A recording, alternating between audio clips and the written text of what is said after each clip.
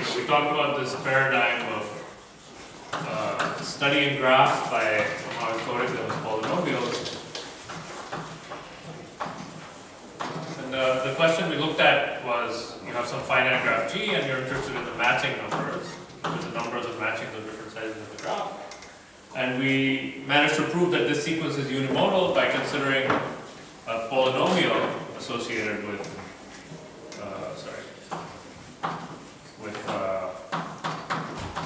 the graph. This is the matching generating function. We turn this sequence into a polynomial, and then we managed to prove this is real rooted, which followed from the fact that a certain multivariate polynomial was real stable. And that ultimately followed from, we developed this theory of real stable polynomials. In particular, where we showed that certain linear transformations, crucially the multi-affine part, preserve this property of being real stable. So what I'm going to do today, so keep this in your back pocket because I'm going to use it again today. And okay, just to remind you, real stable means it's a polynomial with the property that P, if you evaluate it at any point, where all entries are in the upper half plane, then it's not zero. So if all the zi's are in the open complex upper half plane. Oh, that's what real stable means. Okay, so today I'm going to use this type, a different incarnation of this connection to study expansion, so expansion of graph.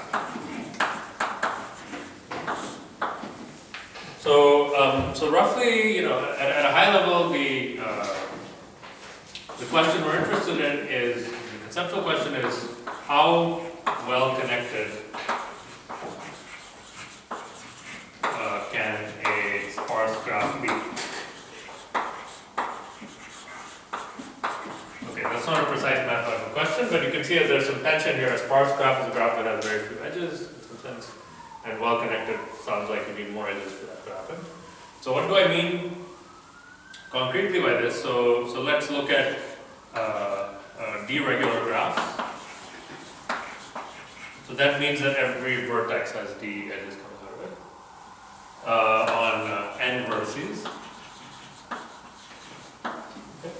And we'll be interested in the regime when D is some constant, like 3 or 4 or something like that, and n is going to infinity. So this will, if D is a constant, this will be a sparse graph, and then it goes to infinity. How do we measure well connected? Well, there are many ways to do this. We'll use a spectral definition. So given such a graph, you can look at its adjacency matrix. Okay, I guess everybody knows what that is.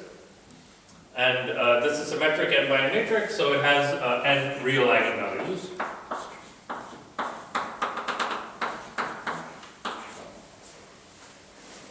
And it's a D-regular graph, so every row sum of this matrix is equal to D. So that means the top eigenvalue is just equal to D. Okay. And the first theorem of algebraic graph theory is that the graph is connected if and only if there's a gap between the first and second. So that's a little exercise. So somehow this second eigenvalue has something to do with whether or not the graph is connected. And there's a quantitative version of this. Or maybe I'll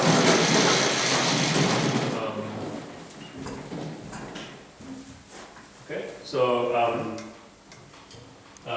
there's a quantitative version of this called Cheeger's inequality, which says that if you now ask what's the expansion of the graph, so you take the minimum over all subsets of the graph vertices, size n equals half, and you look at the number of edges leaving that subset divided by the total number of, divided by the size of the set. Okay, so the picture here is you pick some set S, and you're interested in the ratio of edges, number of edges coming out of the set to the number of vertices in the set. Well, then it turns out this is controlled by the gap between these eigenvalues on both sides. So this is at least the spectral gap divided by 2. and it's at most the square root of twice this spectral gap. Okay, so I'm not going to prove this. This is just there to explain to you that this gap between these two eigenvalues is a measure of how connected the graph is. Okay, so are there any questions about this? Okay. How many people have seen this before, by the way?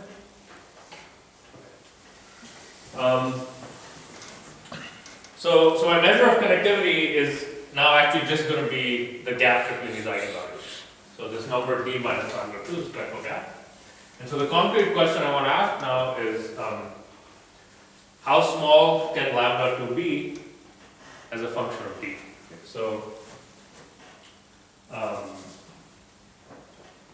Okay, so what do I want to say here? So I want to say that the graph is well connected.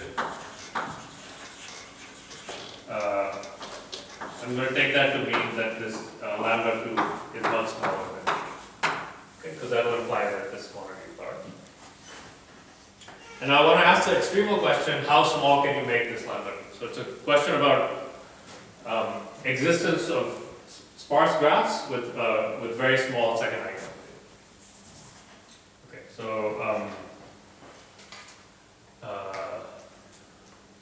good. Okay. So what's an example of a graph that's well connected in this sense? Well, one example is the complete graph on d vertices. So here I have lambda 2, actually all the other eigenvalues are just equal to minus 1.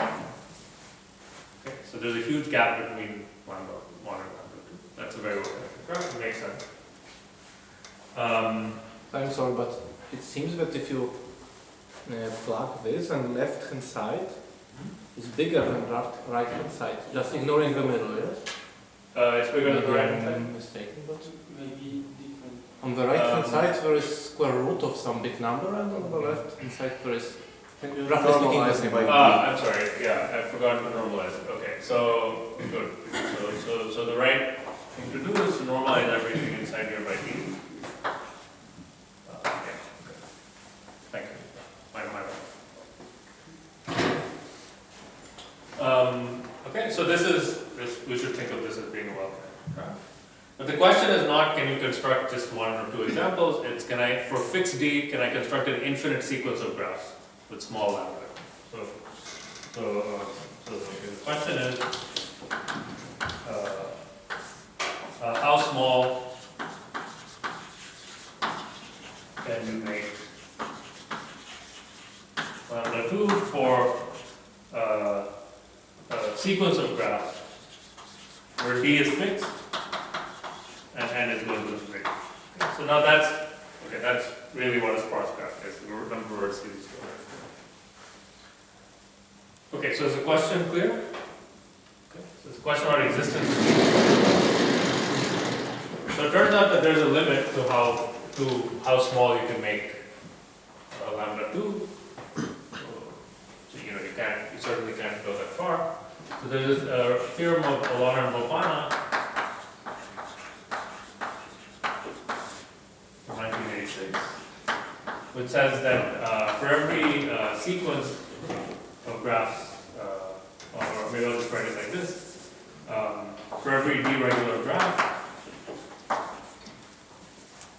the second eigenvalue of the adjacency matrix of that graph is at least a very specific number, 2 square root d minus 1 minus the lowest of x. Okay. So in particular, this means if you look at any infinite sequence of graphs, you can never beat this particular number, 2 square root d minus 1. So we'll talk more about what this number means later, but this number actually has a very clear meaning. This number is the it's the spectral radius of the infinite adjacency matrix of the infinite d-regular tree. Okay, you know what that is. So the infinite d-regular tree is simply a tree where every vertex has degree d minus degree d. So this goes on forever. So that's an infinite graph. And okay, you can define an adjacency operator. You can look at its spectral radius. Its spectral radius is this number 2 square root d minus 1. Okay. So the meaning of this number is this inequality somehow captures this fact that among d-regular graphs, the best possible expander is actually this infinite graph. And what this is saying is that finite graphs, so these are all finite graphs, these cannot do better than this number that we get from the infinite. Okay, so this magic number, this tells you the best you could possibly hope to do. And this leads to the definition of our Ramanujan graph. So graph G, deregular, is called Ramanujan. I mean, really, this is a definition of one-sided Ramanujan. But for this talk, I'm just going to say Ramanujan. Okay? The real definition of it is slightly more complicated, but it's one-sided Ramanujan if the reverse inequality holds. If the second eigenvalue of its adjacency matrix is at most this number 2 squared b. Okay, so such a graph is an optimal. Okay, I might as well say it, graphs with small Lambda-Torvald expanders. Something bothering you? So I'm confused because you said that for a clique, lambda 2 equals -1. Yeah. And then you say that this -1 should be bigger than 2 square root of d. Well, that's in the limit. Minus little sub n of 1. So the number of vertices in this graph is d, right? So this term, for small graphs, this term could be huge. So you get, there's no bound for small graphs. But there's a term that goes to 0 and n goes to infinity. So it's a good question. There's no contradiction because for the complete graph, this term is big. Okay, so this bound only kicks in as the number of vertices goes to infinity. The complete graph only has d vertices, right? Does that answer your question? So what's the step at the end of the... The statement is fix d, then for every d-regular graph, the second eigenvalue is at least 2 squared d minus 1 minus some function that goes to 0 that goes to 0. Okay. Could be huge for small values of n. N is the number of vertices, and d is the degree. It's okay? So I have a question. Yeah. So is it like an explicit function of n? Yeah, there's an explicit function. It's like some constant over log squared n or something. But in particular for n equals d, it doesn't give you anything. Any other? Okay. So a graph is Ramanujan if the reverse inequality is satisfied. So it's an optimal expander graph in this spectral sense. Okay, so it's not clear that such graphs actually exist, right? It just says that some graphs you can't do better than this, but now you can examine the question of if these graphs actually exist. So I'm going to use this for like sort of side work. So I'm just going to use these words again.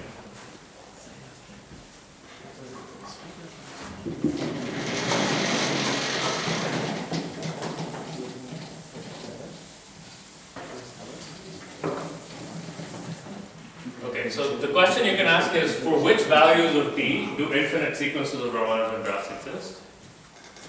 And so what's known about this is, so Lubotsky, Philip Sarnak, and Margulis in 1988, followed by work from Morgenstern in 1994, showed that if the degree d is a prime power plus 1, okay, so if this is true, then infinite sequence of d-regular Ramanujan graphs exist.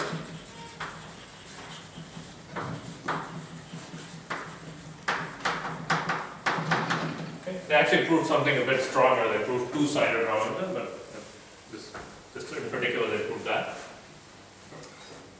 And for a while there was an open question. So this proof is based on number theory. It's like a very deep proof that uses like all sorts of things. And there's this question about whether the existence of these graphs is somehow inherently tied to number theory. And so the theorem I'm going to present today, which is the result of Marcus Spielman and myself, is that actually they exist for all d. So for every d greater than equal to 3, there exists an infinite sequence of Ramanujan.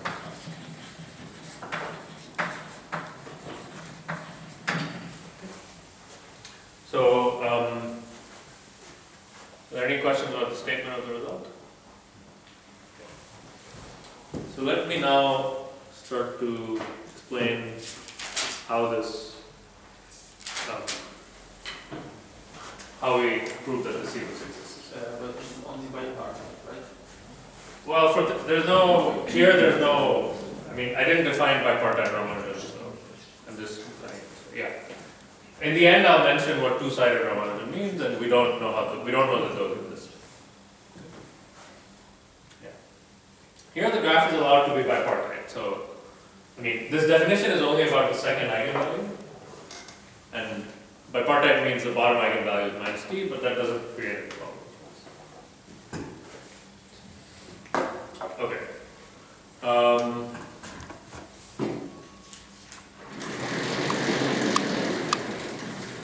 Okay, so the strategy for constructing such a sequence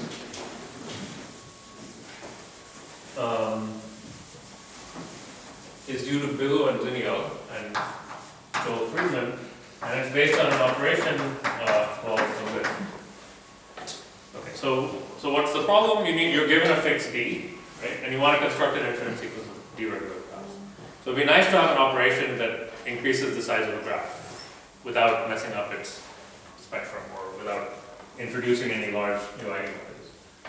So here's the operation. So it's called a two-lift. So given a graph G on which is d regular on n vertices.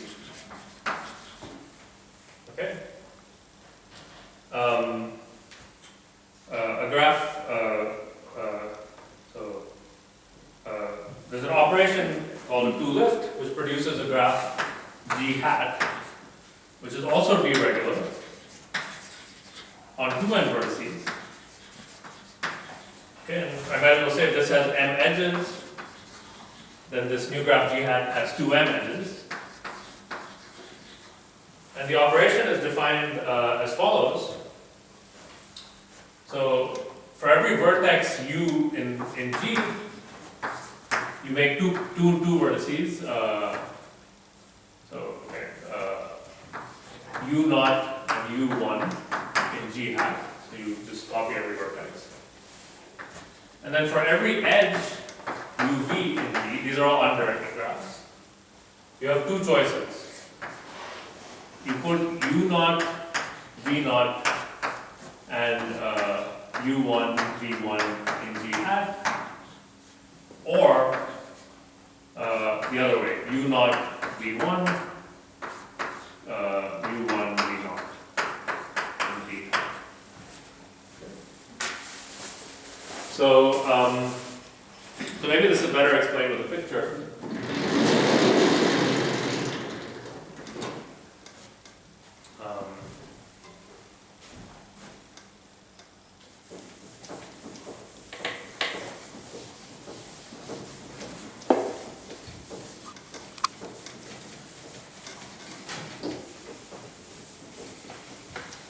So the picture is, if you have an edge UV in G, then there are two options. This could either go to two parallel edges,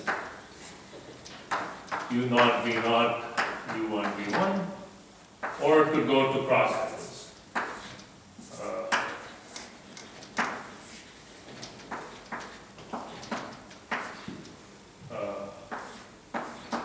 Okay. So there are m edges. For every edge, you have two choices. So there are 2 to the m possible lifts of a given graph.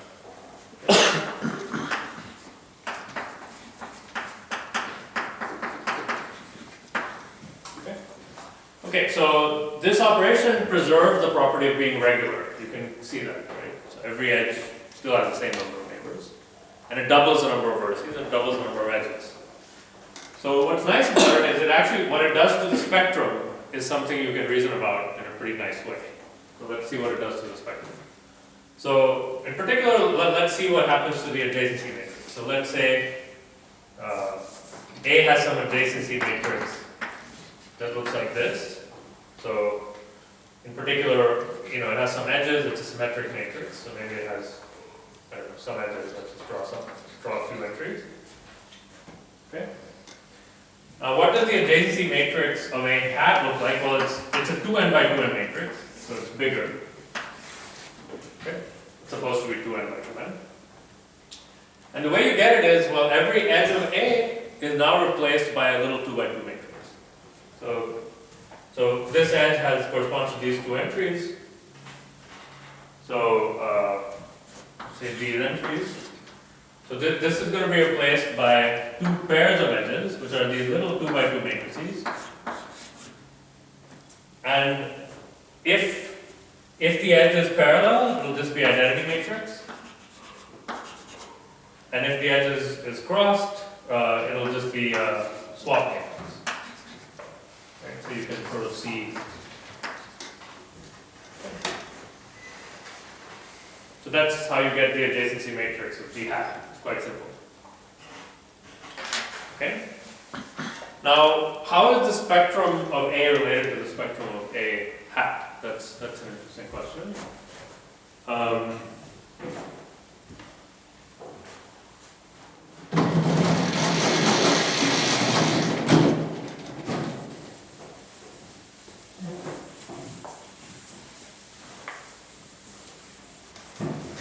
Well, one nice observation is that if you have an eigenvector of A, you for free get an eigenvector of A hat just by copying it twice.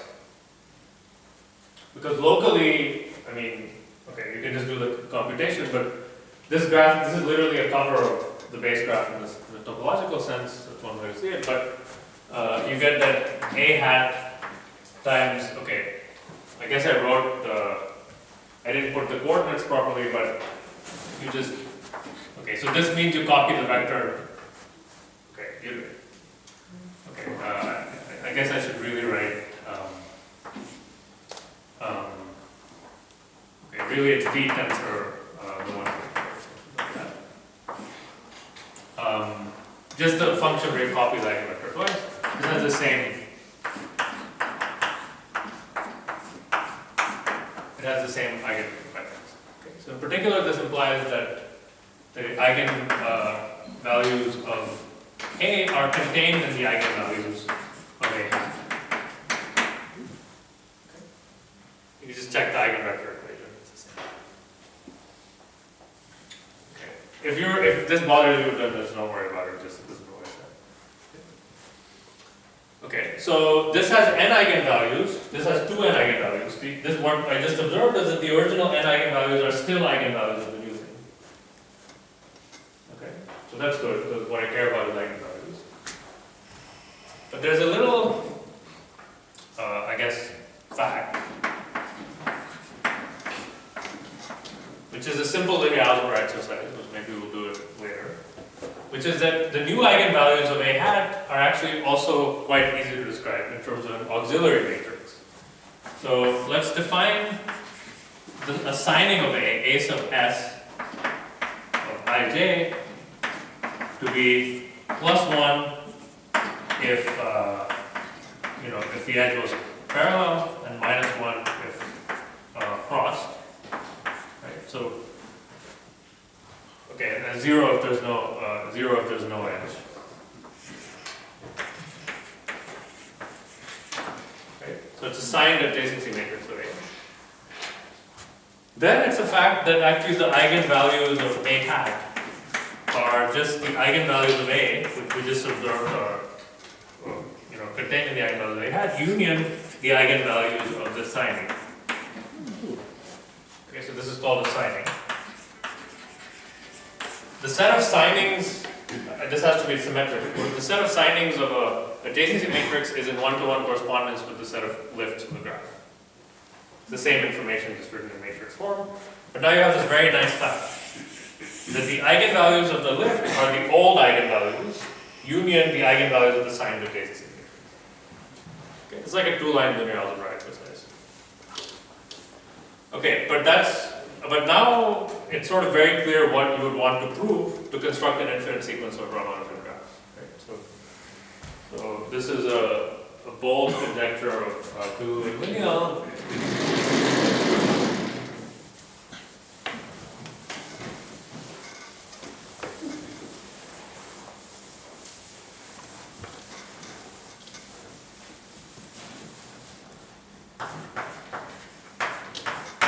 below linear, it's still open, which is that for every d-regular graph with adjacency matrix A, there exists a signing A sub S with the norm of the signing bounded by 2 squared b minus 1. Okay, so the norm in particular means all the eigenvalues are bounded in magnitude by 2 squared b minus 1. Okay? Okay, this is still open. What we prove is this is true, but we don't know it for the norm, we just know it for the largest eigenvalue. Okay, so for every d-regular graph, there exists a signing, so the largest eigenvalue is bounded by this number. And this is good enough to construct an infinite sequence of relative graphs. Because what this implies, so okay, then what's the construction? Well, you start with some original graph G naught, maybe let's say the complete graph, that's Ramanujan. And now you find this good lift of G naught. So what are its eigenvalues? Well, let's just keep writing the new eigenvalues. Well, the new eigenvalues are all bounded by 2 squared b minus 1. And this one is also bounded by 2 squared b minus 1. So you're talking about all the eigenvalues but the trivial one? Yeah, I'm talking about all the new eigenvalues. So the trivial one is contained here. Yes, but There should be second eigenvalue. and then you need Oh, for this one, yeah, sure. This is the non-trivial one. Sorry, so this one has non-trivial. And these ones, the new eigenvalues, are bounded by 2 squared. So, but the trivial one is D, and your new graph has degree 2D, so you need No, the new graph has degree D. sorry, yeah. So maybe that's an important thing, right? So this operation does not change the degree. Yeah, okay. So the new graph still has degree. So the trivial eigenvalue, okay, the base graph has a trivial eigenvalue B, Stays. and it just stays there. Okay, so when you do this lift, you pick up some new eigenvalues, but they're bounded by this number, and you keep doing this, you get an infinite sequence. Okay. So this is an operation for doubling the size of the graph without changing the degree, without introducing any new large eigenvalues. Okay, so what I'm going to do now is explain the proof of this theorem. But are there any questions before that? Is this the quality of sets or of multi-sets? This? No, below that, the This? eigenvalues. Multisets. Multi-sets. Yeah, okay, you're right. There could be multiplicity. So yeah, so there are 2n eigenvalues here, there are n here, and n here, right? This is an n line matrix. Any other? Okay. So now, let me get to the proof of that theorem.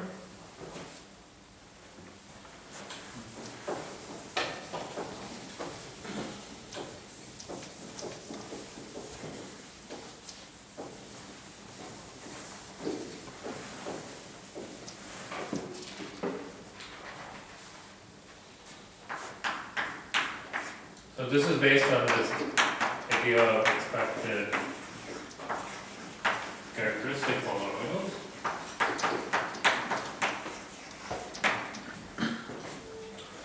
Okay, so what's our goal? Well, you're given some graph G.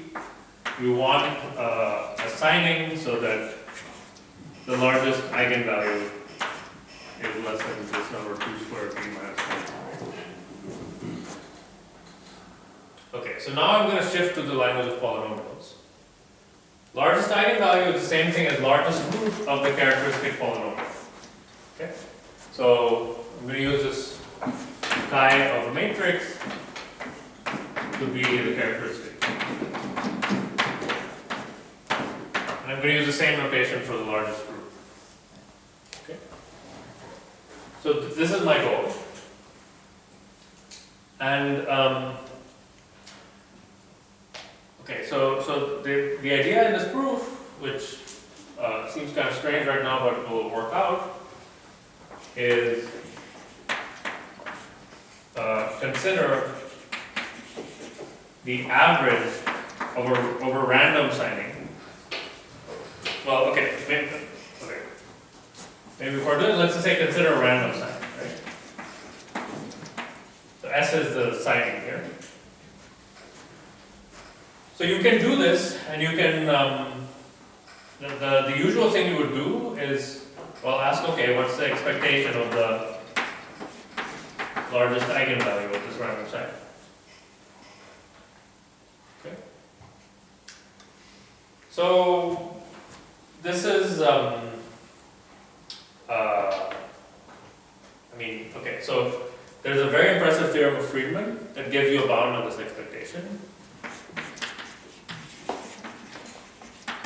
It says that this expectation, well, okay, you know what, I take it back. With no assumptions on the base graph, you cannot actually say anything about this expectation. This expectation could be very close to D. Okay, so this can be large. So if you take a random signing, there are graphs such that on average, this doesn't work. Okay? For example, consider a union of cleats or something. Okay? So the idea is, well, instead of, we are interested in this largest eigenvalue, instead of averaging the eigenvalue, instead of averaging the roots, let's average the coefficients. So this was what I discussed in the last lecture. So the second idea is consider the expectation of the characteristic polynomial itself. Okay, so what does that mean? It literally means you average over random signing this polynomial. So you average the coefficients. Okay. So a priori this seems kind of strange because I really care about the roots of this polynomial. But what I'm doing is I'm averaging the coefficients, which sounds like it doesn't make sense. But it turns out that this has some very special properties which will allow us to prove the following things. So I'm just going to write them here. I'm going to prove these three steps. So the first step is the expected characteristic polynomial is real rooted. Okay, that's not obvious because, sure, each characteristic polynomial for each signing is real rooted because it's symmetric. But if you average them, we don't know, right? Averages of real rooted polynomials may not be real rooted. So, okay, maybe just to appreciate this fact, here are two real rooted polynomials. They both have real roots. But when you average them, you get x squared plus 2, which doesn't have real roots. Right? So in general, averaging polynomials, coefficient-wise, doesn't preserve real rootedness. So the first statement is that somehow, for some reason, this has real roots. Okay, the second thing I'm going to prove. 2x. Thank you. Yeah. Well, I'm still not good with binomial. No, you take the average. So if you want the I take the average. Okay, good. So it's still 2x squared. Yeah. Okay, thanks. So I take the average. Okay, the second thing I'm going to prove is not only is it real rooted, there's a quantitative bound on the largest root of this polynomial. So the expectations again over random signing, and it's exactly what you want, 2 square root even. Okay, but we're still not done, right? Because I cannot use Markov's inequality here. This is a very nonlinear function. Right? This does not imply that therefore there exists a signing. So something happens. So the third statement, which is where most of the work goes, is to prove that there exists a signing so that the largest root of the characteristic polynomial of that signing is at most the largest root of the average characteristic.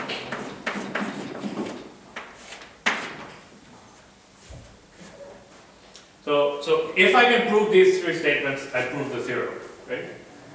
Because this is at most 2 root t minus 1, there exists a signing, so this is at most 2 root t minus 1. Okay, so now I'm going to prove these three statements, or at least, yeah. Any questions about the outline?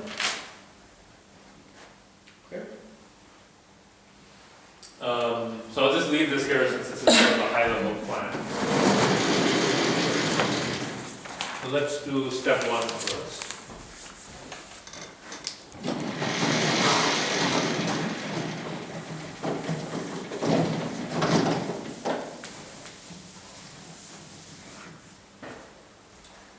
So I need to prove this thing is real rooted. Well, it sounds like maybe I should calculate it first, right? See if I can calculate it. So what is this thing? Well, it's the expected determinant of a matrix that's x minus this random signing matrix, right? So the graph is given. So what does it look like? Well, it has x's on the diagonal. And on the off diagonal, wherever there's an edge, there's going to be a random plus minus 1. Symmetrically, right? The same edge is going to receive the same sign. So I don't know, let's say, so these are all independent random variables except for the pairs, right? These are the same. And the expectation is over all these signs. Okay? So what is a determinant? Well, it's a multilinear polynomial whose terms correspond to permutations. So this is an expectation of a sum over all permutations of, from n to n, of the sign of the permutation times the product of the entries in the matrix corresponding to this permutation.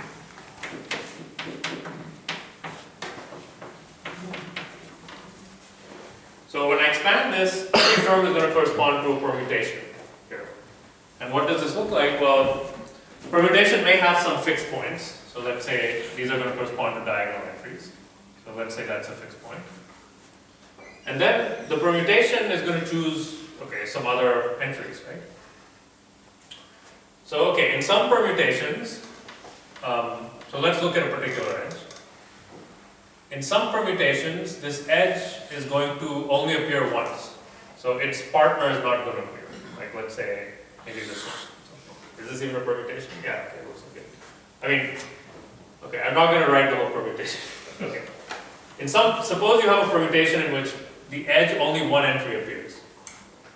Well, what's going to happen? So this expectation, I can push it inside here, and I have a product over these entries, and the entries corresponding to distinct edges are independent.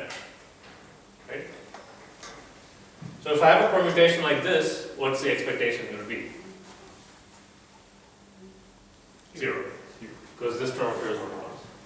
So what that means is the only permutations that survive in the sum are permutations in which every edge appears twice. So you see the square of that entry, right? And then the expectation is just 1. Okay, but now what's a permutation in which, so permutation has an orbit decomposition. What's a permutation in which whenever ij appears, ji also appears? Well, it looks like this, right? The orbit decomposition of the permutation looks like this. This is just a matching. Okay. So if you look at what terms survive in this, if you work it out, you actually just get this. You get a sum. So if you group the terms with different powers of x, that's different fixed points, you get k less than or equal to n. You get minus 1 to the k from the sign, x to the n minus 2k, times the number of matchings of size k. Okay. So this determinant, because you have to pair the edges, if you do this, you literally get something that looks very familiar. Okay, so this is what's actually called the matching polynomial. Okay, so this is called mu sub g of x. This is called the matching polynomial. This is very important. Okay, and what do we know about the matching polynomial? Well, we know it's real rooted. That's what we proved last time, right? So let's write this here. So it's not exactly the same as a matching generating function, but it's basically it's almost the same.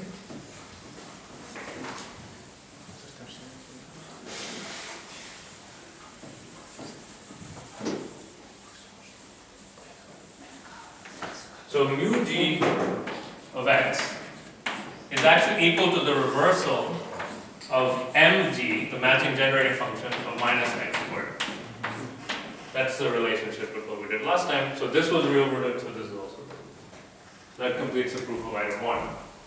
And in item 1, we actually proved something a little bit more. We proved that it's equal to the matching polynomial, which is real rooted by the previous lecture. Okay. That completes item 1. So by the way, the fact that the matching polynomial is real rooted was proven in 1972 by Alvin Lee. And what they proved is that the matching polynomial is real rooted. That's a qualitative statement. That's the statement we proved yesterday. But if you look at their paper, they actually proved one more thing. And the one more thing they proved is a bound number largest group, which is magically this number. Okay? I'll explain where this comes from. It comes from a tree. It comes from the same place. But they actually proved this quantitative statement in 1972. So we don't have to prove it. So that's also done. I mean, maybe I'll explain the proof if people are interested. It's actually not hard, but yeah. Okay. So all we have to prove now is item 3, which is this looks great, but why can you somehow pull this expectation out? So why can you pass from this averaging over coefficients to averaging over roots? So that brings me along to section 4, I suppose.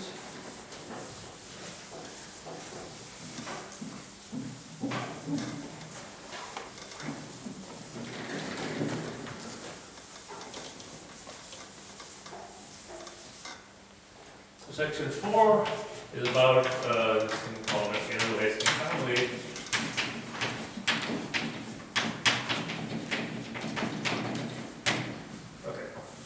So my goal is to somehow relate this average polynomial to one of the specific points in the average, right? Okay. So I can ask this general question, which is when, so here I have exponentially many polynomials, right? I have 2 to the m polynomials, I'm averaging them. Before we try to understand that, let's understand a much easier case. What happens when you average 2 polynomials? So suppose P0 and P1 are both real rooted polynomials of the same degree, so let's say monic degree n. So the question is, when is the largest root of one of them bounded by the largest root of the average?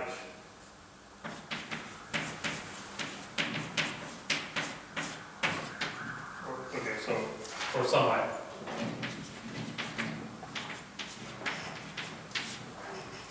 So when can I relate the coefficient-wise average to roots of the individual polynomial?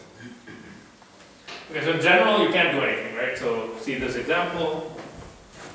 It may not even be real rooted. There are examples where you take 2 polynomials that are real rooted, and even the average is real rooted, but the roots of the average somehow have nothing to do with the roots of the polynomial. I mean, not nothing, but they don't have this relationship. Okay, so it turns out there's a very nice sufficient condition that allows you to do this. This is again based on convexity. So let me.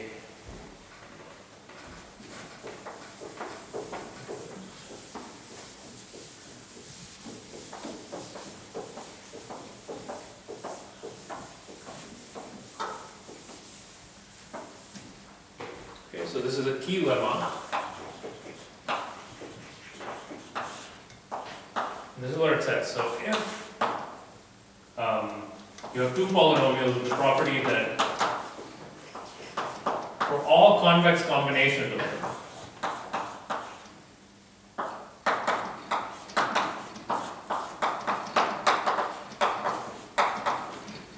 so suppose you have 2 polynomials, not only is the sum real rooted, all convex combinations are real rooted. then you can do this. Then lambda 1 of the average, let's say, okay, for any common combination.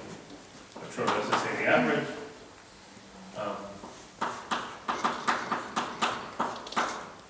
This lies in the interval. I mean, okay, I don't know which one is smaller and which one is bigger. Let's just say the convex of the largest root P1 and the largest root P1. Okay, so what this is saying is that under this assumption, averaging the coefficients actually does amount to averaging the roots, which is really great because the whole point of this is that roots are difficult to average and compute, but coefficients are easy, right? The whole point of this was easy because we were working with the coefficients. Okay, so what's the proof of this lemma? Well, so I'm going to assume, for simplicity, that all roots are simple. Okay, I mean, this can be removed, but it's a technical point. I don't want. So assume all roots are simple. So no double roots of either of these polynomials. It's true in general, but let's assume this. And now I'm going to assume P0 and P1 have no common roots.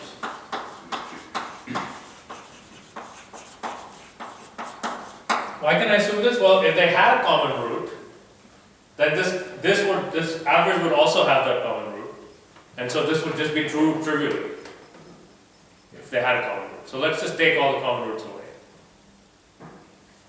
Okay. Okay. So now, okay, are these assumptions clear? Why would we do trivially? This one? No, if they had a common root, why would Okay. So suppose they had a common root. Let's call it z. Then the average would also have a common root, right?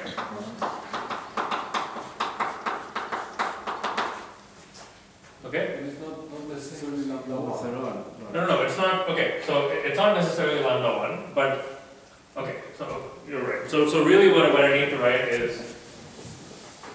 Okay, but let's So then you can maybe divide by this. yeah. So let's say you write them as the common roots times something.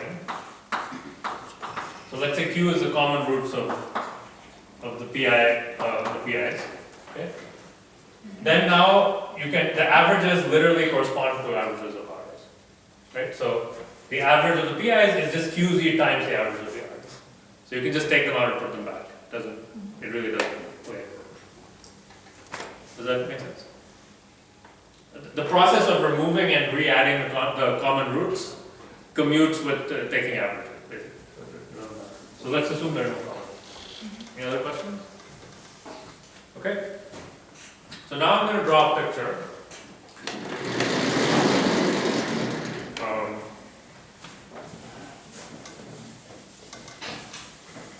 Maybe I should have erased this, but okay. So now I'm going to define a polynomial P sub alpha to be this convex combination.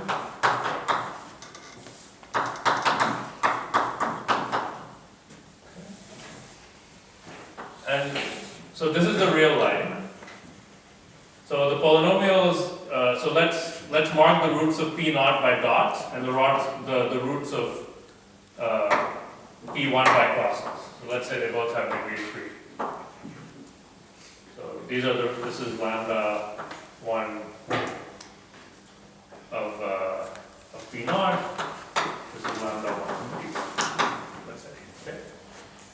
I'm sorry, they don't have the same degree. So both have degree 3. So now I'm going to use the fact that the roots of a polynomial are continuous function coefficients. Right? So roots of P alpha are continuous in alpha. So when I set alpha equal to 0, the roots are just these dots. And when I set alpha equal to 1, they're just these crosses.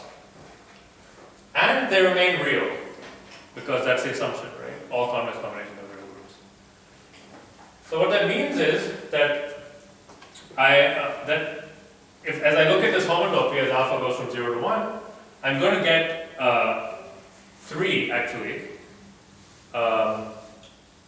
curves contained in the real line that begin at a root. So I'm going to draw them outside the real line so you can see them, but they're really contained in the real line that begin at a root of P1 and end at a root begin at a root of P0 and end at a root of P1. So maybe it looks like I don't know, like this or something. Or a priori it could do some weird thing like zigzag like this. I don't know, it could do some weird thing like this, right? So let's call these C1, C2, and C3. These are three curves that are actually contained in the real line. Then each curve, so each CI begins at lambda I of P0 and ends at a root of P1. Okay. And is contained in the real line. Okay. So there's just one observation. The observation is none of these curves in the interior can cross the root of either P0 or P1. Okay. So the claim is for every alpha in the open interval 0 to 1, P alpha of Z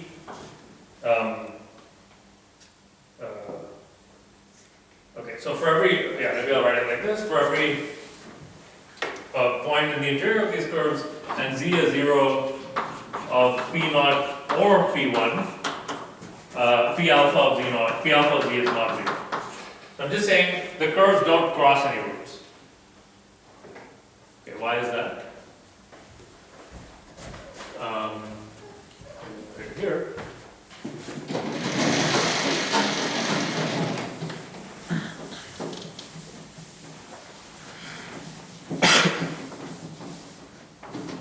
The reason is, well, okay, if P alpha, so let's suppose there's some 0 of P0. If P0 of Z equals 0 and P alpha of Z equals 0, then what happens? Well, this means alpha times P0 of Z plus 1 minus alpha times P1 of Z equals 0. Right? But now P0 of Z is 0, so this actually implies, and this is not 0, very important, that implies P1 of Z equals 0. But that's a contradiction, because they don't have any common roots. So actually, this picture is wrong.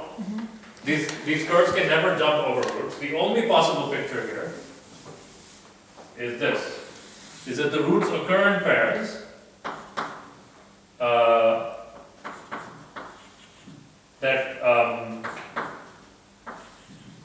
the largest roots occur in a pair, followed by the second largest root, followed by the third largest root.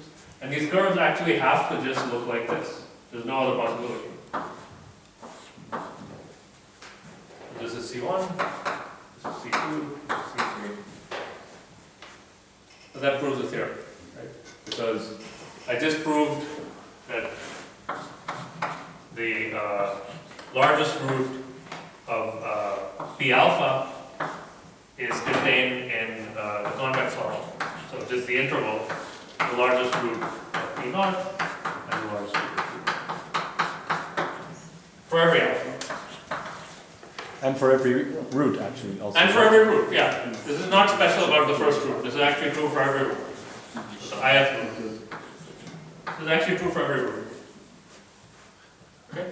So it's a continuity, right?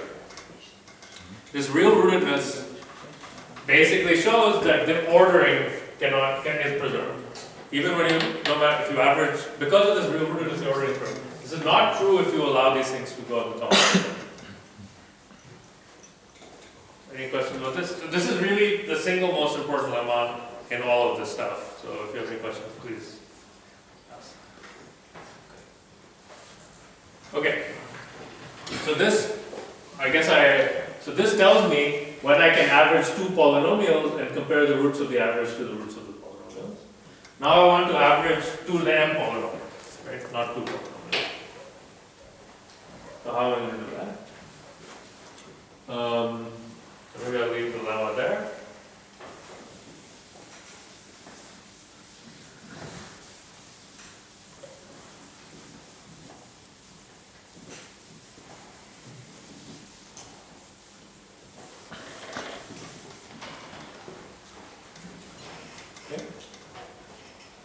So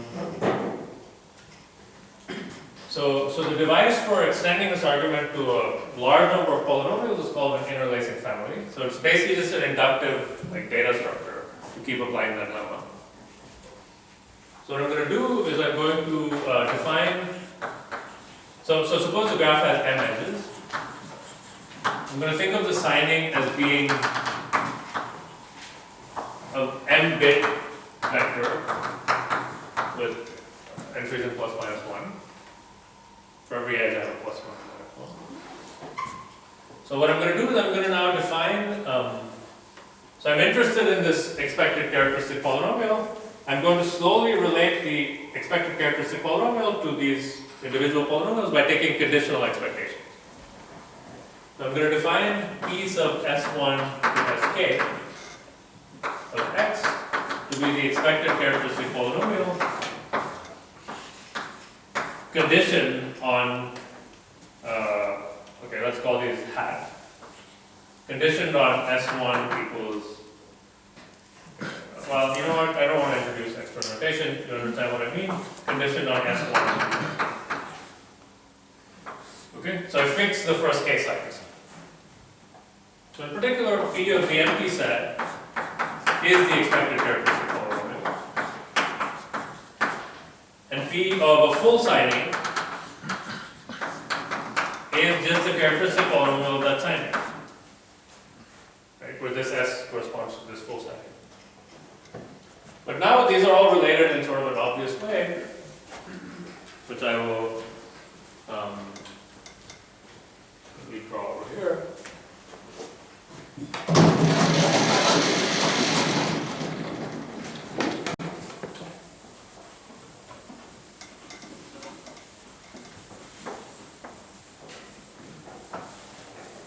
So there's a binary tree, right? So the root, there's the average.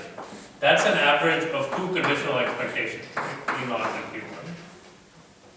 Which is an average of, P0 on, P0 1, P1 on, P1, etc. And at the leaves, you have these P of the full signing. So in the middle here, you have these partial conditional expected polynomials.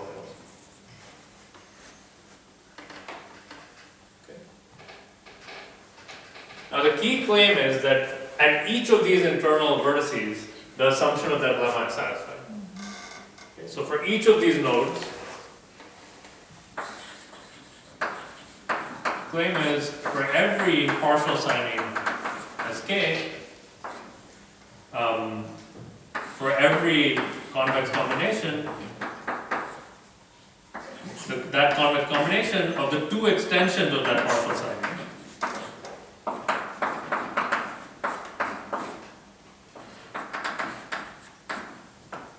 is real rooted.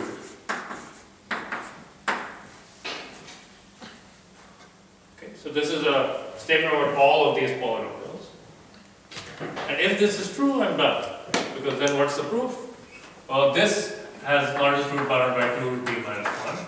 That's item 2. But then, okay, these have, all the averages of these are real rooted, so one of these has to also have that property by the key lemma. So then I move down to this one, but now I do the same thing again, right? I condition on this, one of these are, all averages of these are real rooted, and okay, and importantly, the average of the children of any node is the polynomial at the node. That's how conditional expectations work. So then I just walk down this tree, right? And eventually I get to the leaf, which has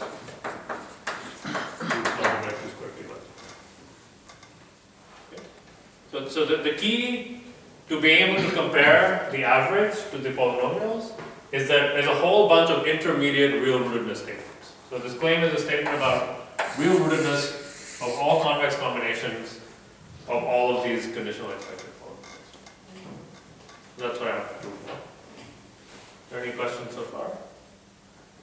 Yeah. So is it possible that there is only one leaf? It's possible that there's only one leaf, yeah. So this is an important, that's a very good point. So the conjecture is about existence of a signing, right? And there are graphs where the number of good signings is exponentially small. So that kind of explains why the usual probability theory should not be able to find these signings. And what's sort of remarkable about this, this proof is that even if there's only a very few good signings, they show up in this average. And if you think about it for a while, it's because all the bad signings cancel out. So somehow this averaging the coefficients, the way in which it's different from usual probability is you can have cancellations. And there's actually a sense that you can even make it a little bit precise in which all the bad things cancel out. Good question. Any other? Okay. Okay, so now I'm going to prove this claim.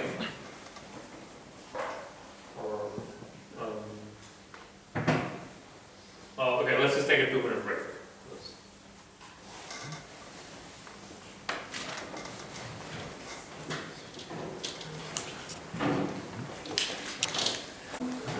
Maybe I'll just check it. Okay, so good. So, oh yeah, so by these inequalities, I mean the largest root is less than this number, just to clarify. Right? So that's why there's no contradiction that even if very few of these polynomials have a small largest root, even if most of them have a huge largest root, which can happen, when you average them, you get something with a small largest root. The reason there's no contradiction is you're not averaging the roots, you're averaging the coefficients. Okay, so so now let's prove the claim.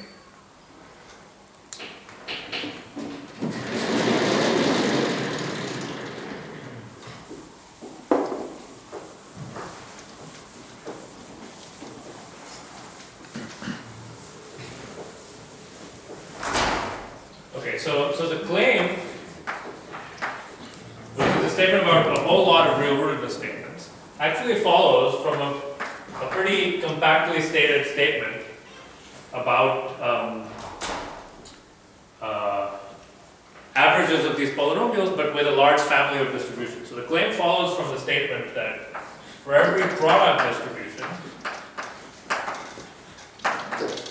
so what do I mean by product distribution? I mean each sign is chosen independently, but with some bias probability. So for every product distribution, let's call it, so such distributions are indexed by P1 through Pm that give you the bias of the Bernoulli random variable. This follows from saying that for every product distribution with biases these things on S1 through Sn, the expected characteristic polynomial, so P sub S1 through Sn, these are now chosen according to these bias probabilities Pi's. This is real root. Okay? Why is that? Well, I can encode all of these polynomials as an average of the leaves, but with a biased product distribution. Right? So look at this polynomial. So let's look at this polynomial. What's the product distribution corresponding to this polynomial? Well, the first k bits are just chosen with some either probability 1 or 0. They're deterministic actually, depending on what these are fixed to be.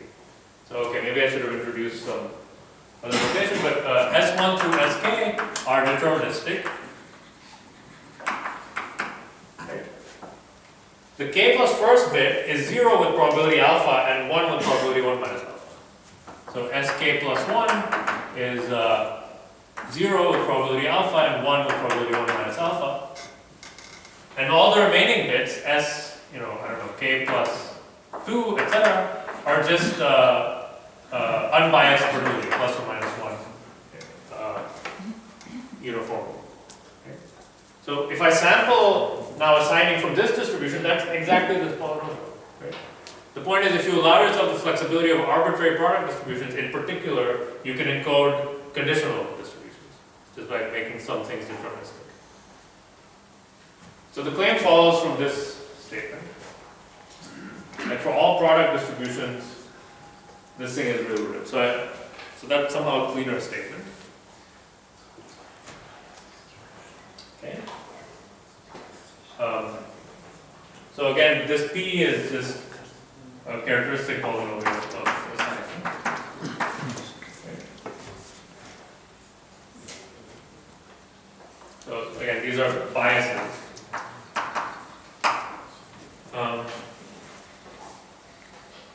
Okay.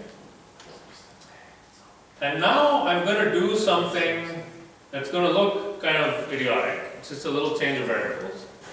But it's going to allow me to bring in all the stuff I did yesterday. This is true if and only if, again, for all product distributions. So this is a determinant. So here I would put A sub s, but I can just throw in another d times identity here.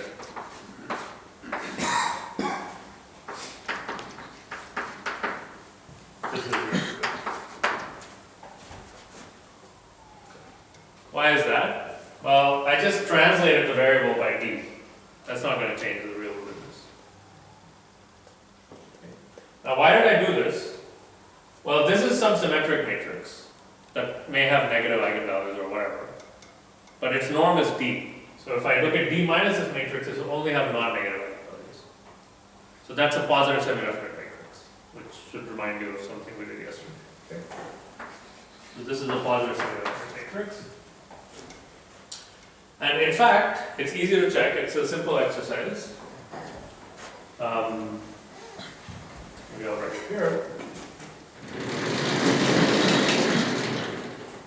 I mean, it's just a little calculation that I don't want to waste your time with. In fact, this matrix is the expected characteristic polynomial of a positive semi-definite matrix, which can be written as a sum of independent rank 1 random matrices. So define a random vector Ri to be,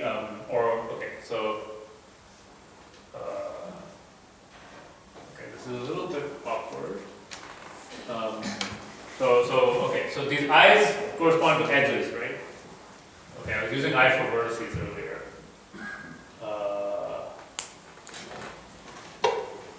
You know what? Let's.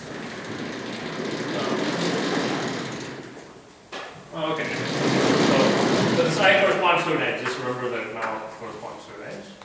And consider the random vector that's going to be equal to, so this corresponds to an edge uv, let's say. Right? So the ith edge has endpoints ui and vi, let's say. So now consider the vector that's the indicator of ui minus indicator of vi. Oh, I'm sorry, plus this thing with probability vi. And otherwise, it's the indicator minus.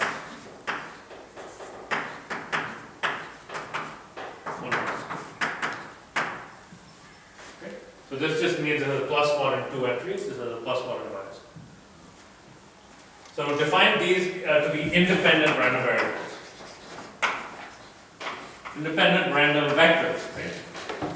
In Rn. Right? So these are indicators. You know, these vertices, they're n vertices. These are all indicator vectors in Ri.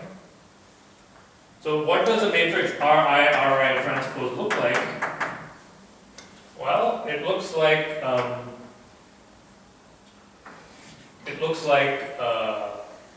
1, 1, 1, 1 with probability. I mean, in the positions ui and vi, and zeros elsewhere, with probability pi. Or it looks like the matrix 1, 1, minus 1, minus 1 with probability 1 minus 1. Right? So, okay, this is an n by n matrix. Really what I mean is it's an n by n matrix with 4 non-zero entries corresponding to the coordinates of the edge. And these are the coordinates. Okay, but now if I add all of these up, you can see that on the diagonal I'm just going to get d, because every vertex participates in d edges. And on the off diagonal I'm just going to get the signing. So the upshot of this is I've written my polynomials of interest as expected characteristic polynomials of sums of independent rank 1 random matrices. And wait a second. Did I get the signs right? So pi is if it's a 1.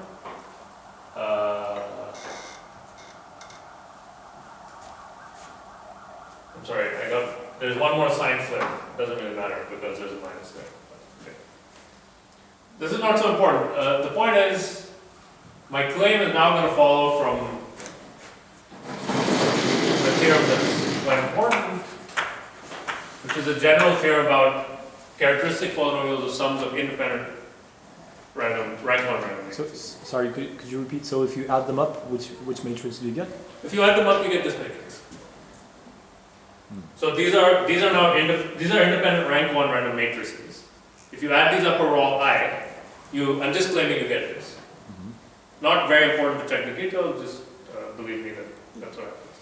The key is that this is positive semi-definite. Okay, so what's the theorem? So if R1 to Rn are independent random vectors in Rn, so they're not identically distributed, they're just independent, then expected determinant of summation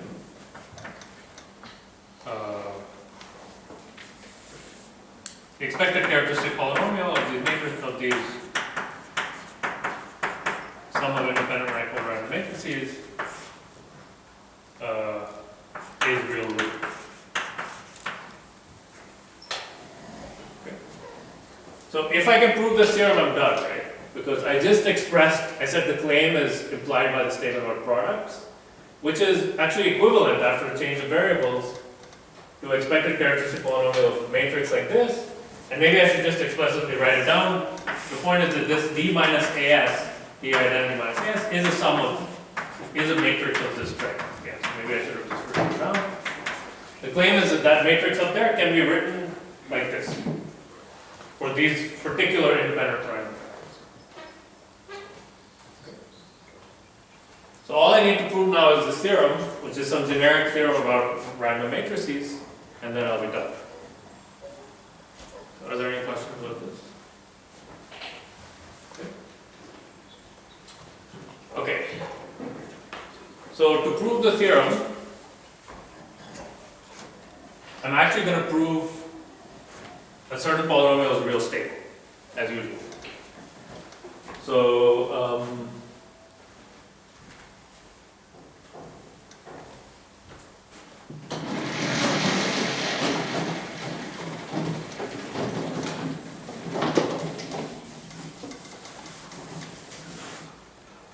here's the proof.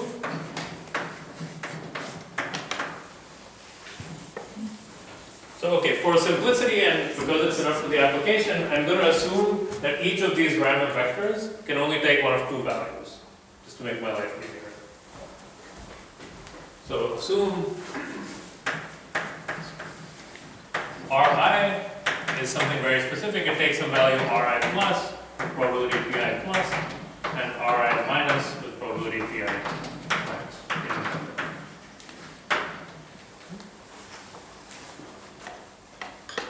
Now, what I'm going to do is I'm going to look at multivariate polynomial, determinant of summation yi, so there are m vectors, times the covariance matrix of this random vector. Okay, so for each, I'm going to have m variables, one for every random vector, and in each one I'm going to plug in the covariance matrix, which is just literally Pi plus, Ri plus, Ri plus transpose, plus Pi minus, Ri minus, Ri minus transpose.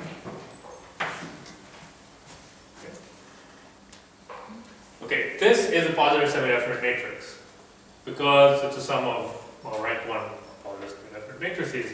So this is positive semi-definite. In the previous lecture, we proved that this polynomial is real stable whenever these matrices are positive definite, which means strictly positive eigenvalues. We also proved that limits of real stable polynomials are real stable.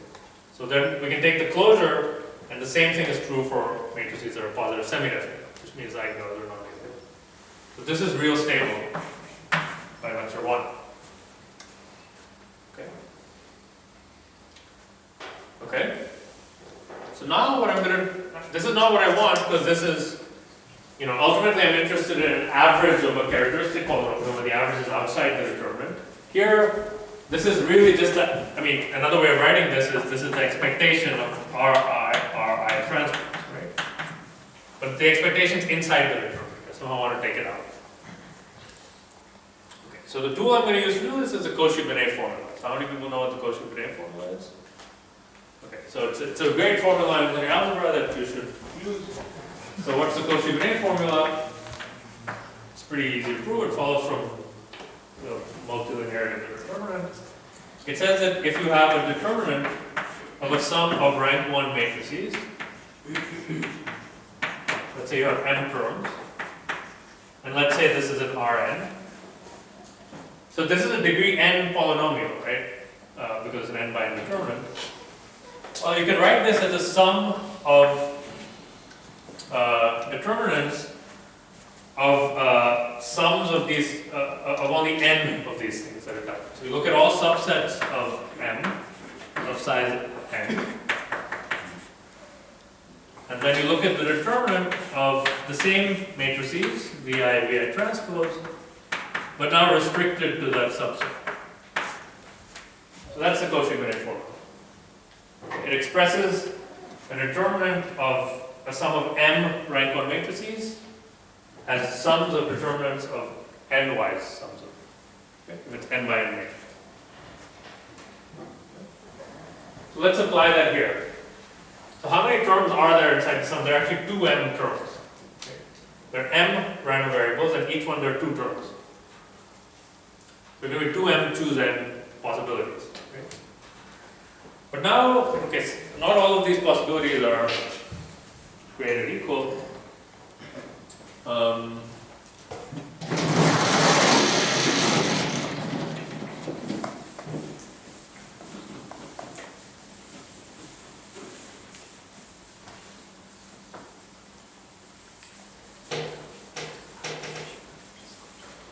So really, I'm going to draw a little table. I have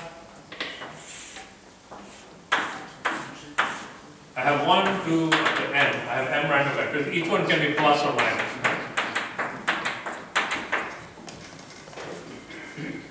Okay, and I have to choose n things from here. Right?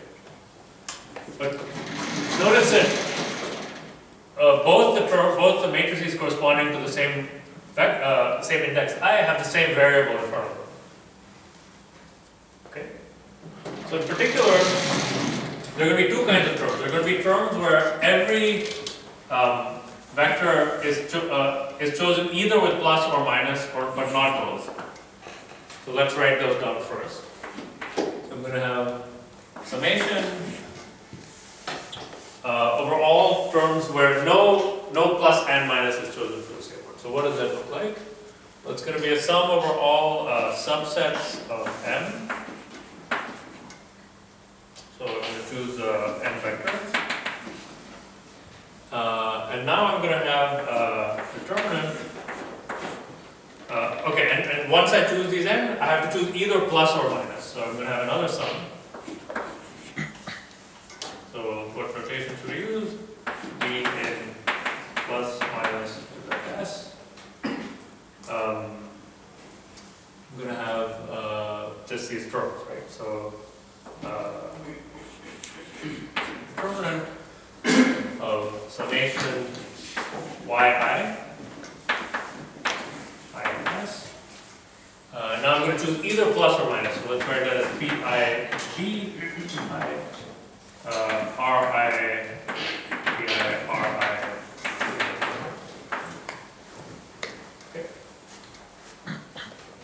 Okay, so these are the terms.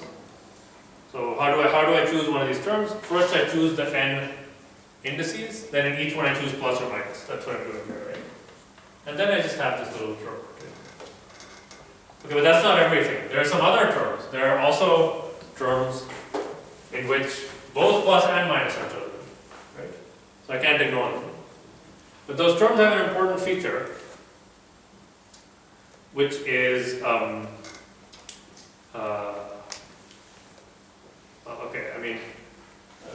So to highlight this feature, I need to make one more remark. The determinant is multilinear in rank 1 matrices. Okay, so what that means is I can take these yi and pi outside.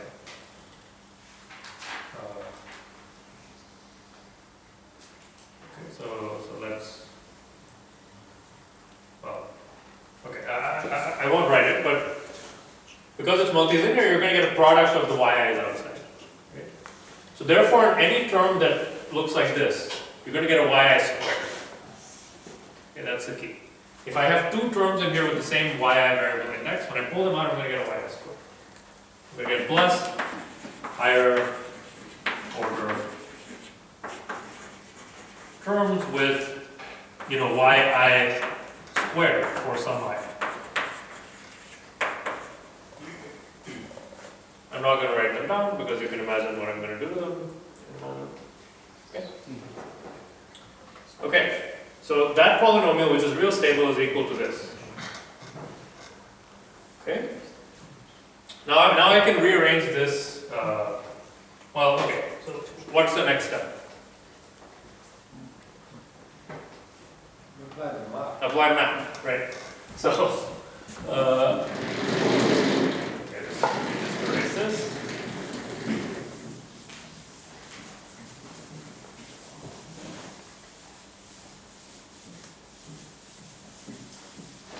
Okay, so map of this is real stable. Okay. So map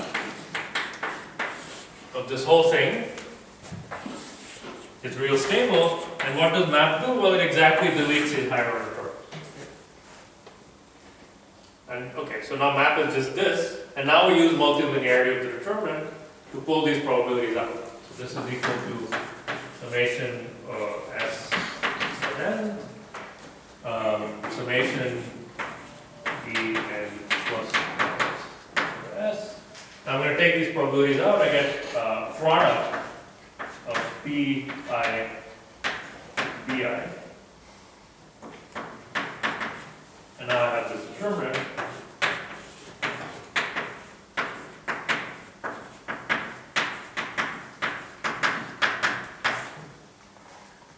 Right? Okay, but this should now mean something, right? These are independent random variables. I'm choosing a tuple of these bits with the product of the probabilities. That's just the expectation. So this is now literally the summation of the expectation of determinant of summation yi ri transpose. These are now random vectors. But now by linearity I can move the expectation out. This is I and s. And what's the last step? Let's do Cauchy-Bonnet again. Right? This is just Cauchy. Expected determinant summation yi.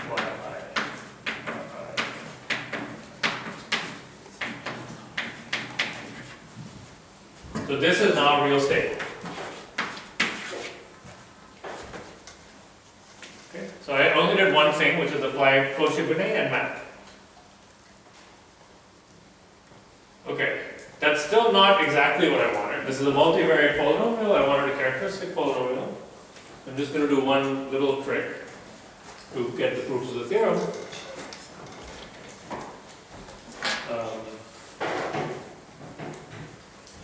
So notice that here I proved this theorem for any independent random rank 1 vectors. Right? I'm sorry, I proved this result for any independent rank 1 random vectors, the real stability result. Now to get the theorem,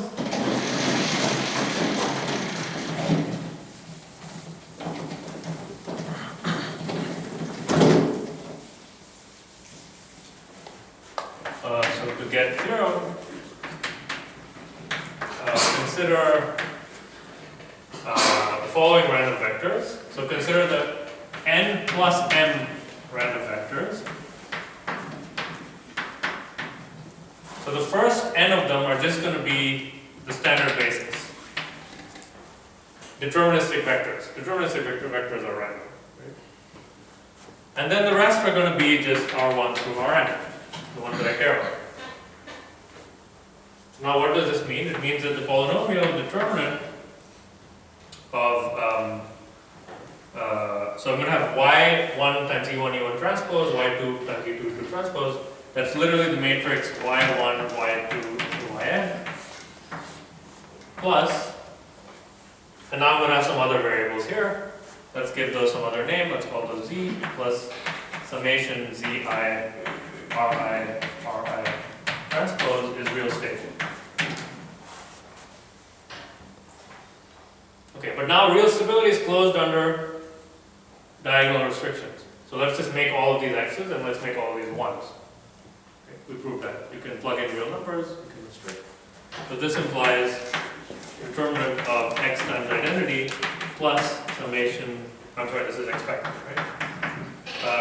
Expected determinant of x times identity plus summation ri transpose is real stable. But that's a univariate polynomial, so that's real rooted. Real rootedness doesn't care about the sign, I can do minus sign, and that's the theorem. So that's it. That's the end of the proof of this theorem, which by this claim implies that all product distributions of these conditional signing polynomials are real rooted, which by the interlacing argument that I didn't explain why it's called interlacing, but I won't explain that. So which part is called interlacing? The tree. Okay. So the original paper that we wrote about this, we wrote it in some different terms that involved the word interlacing, but it's really about real rootedness of complex combination, which is equivalent to interlacing. But anyway, so this theorem implies that, which implies this. So that's the proof of this theorem. So I'll just end by mentioning two open questions very quickly. There are still several open questions in this area.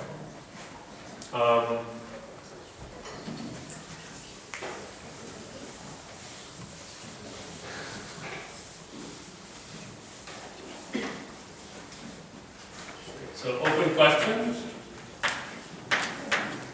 So one is we proved this one-sided thing, that for every graph there's a signing, so lambda 1 of the signing is small. We still don't know if it's true for both. So can you prove that there exists a signing so that the norm is bounded by 2 squared? So that in particular means that the largest root and the magnitude of the smallest root is bounded by 2 squared. So again, only the non-trivial eigenvalues, right? We don't care about the d eigenvalues. This is still open. So in the proof that you just saw, clearly the existing proof only controls one root at a time. You need to control 2 roots to do this. We don't know if this is. Another open question is there an algorithm for finding the sign? So if you give me a matrix, it's a pretty concrete problem, right? I need to find some signs so that this norm is small. This proof does not give any algorithm. The matching polynomial is actually sharply hard to compute. So you cannot compute it exactly. You just need the eigenvalue, right? Well, no, you need to, so think about the proof, right? So the proof, what's the actual construction? It's that there's a tree, right? And the actual construction is you need to somehow compute the roots of these polynomials. Those polynomials are provably sharply hard to compute. You need to compute the roots, you're right. But we don't know how to compute the roots are not eigenvalues, that's very important. Yeah, just the largest root. Just the largest root, correct, yeah. Okay, so maybe I should mention, we're trying to do this, we can prove you can do it in 2 to the cube root n time. Okay, so maybe it's not as hard as SAT or something, but anyway, a good question is that I don't know the answer to is, can you approximately compute the largest root to good enough precision to do this argument in polynomial time? And okay, I'll just end there, those are 2 open questions. Any other? Okay, thank you.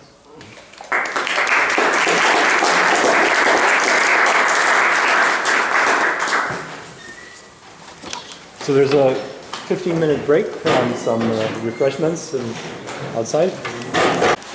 People have pen and paper? Okay, good. So what I'm going to do is I'm going to, state problems, but usually actually just things from the last 2 lectures that I didn't prove. And then you can prove them and then we'll discuss them. So maybe a warm-up just to make sure you understand the definition of real stability. So I gave 2 definitions. So polynomial P is real stable if, so I gave 2 definitions. One is, so let's assume it's not 0. All right, it has to be 0. If P of Z is non-zero, whenever all the Zi's are in the strict upper half plane. That's one definition. And the other definition is in terms of univariate restrictions, which had a sort of clear geometric interpretation, and that was for every vector A, strictly positive, and B, distant Rn, the univariate restriction T maps to P of PA plus B is real rooted. These are 2 equivalent definitions, and the first question is prove that they're equivalent. So let's say, I don't know, 10 minutes. Maybe that's too much. If many people are done in 5 minutes, and you can talk to your neighbor, you should talk to your neighbor or whatever.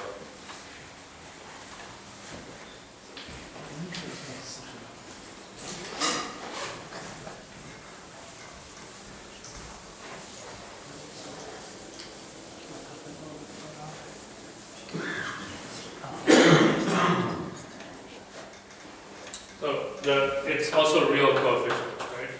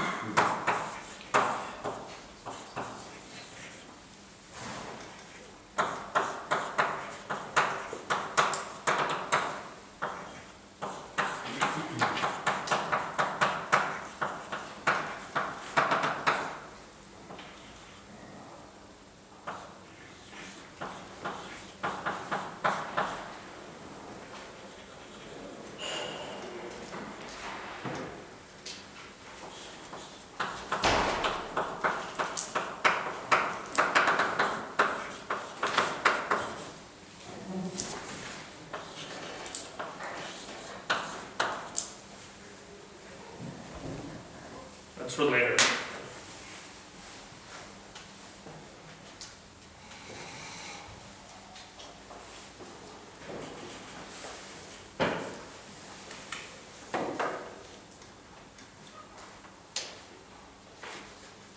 And if you have any questions, you can raise your hand and I'll come. If you want to talk.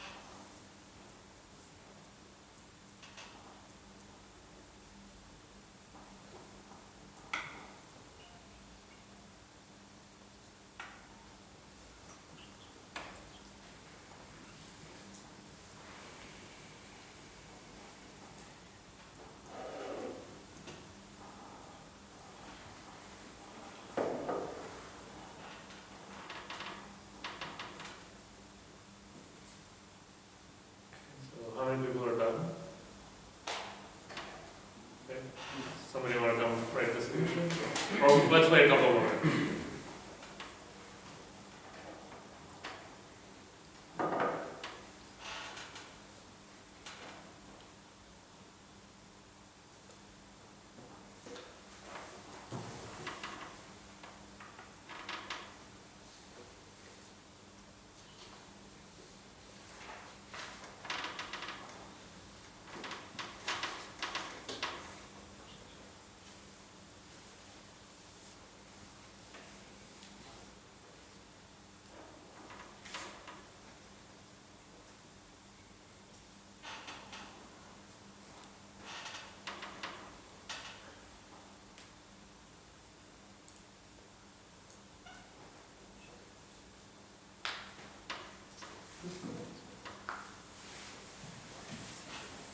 Okay, or maybe does anybody have any questions before we discuss the solution?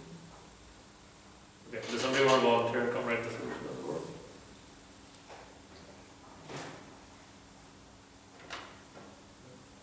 Okay, sure, right?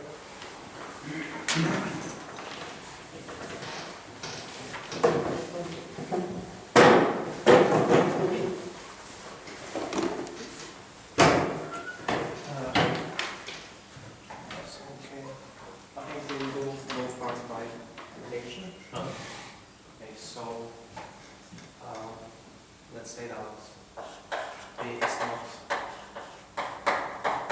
not stable. Then we have a witness of it.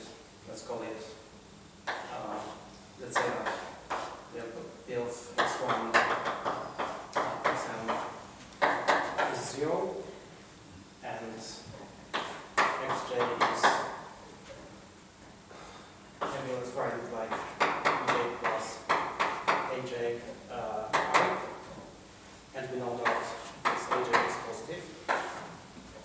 Then by taking a and b with exactly these coefficients, coordinates, we got that polynomial t of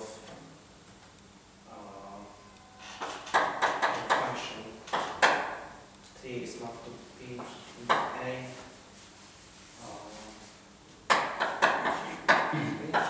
It has a root in t equal to I. So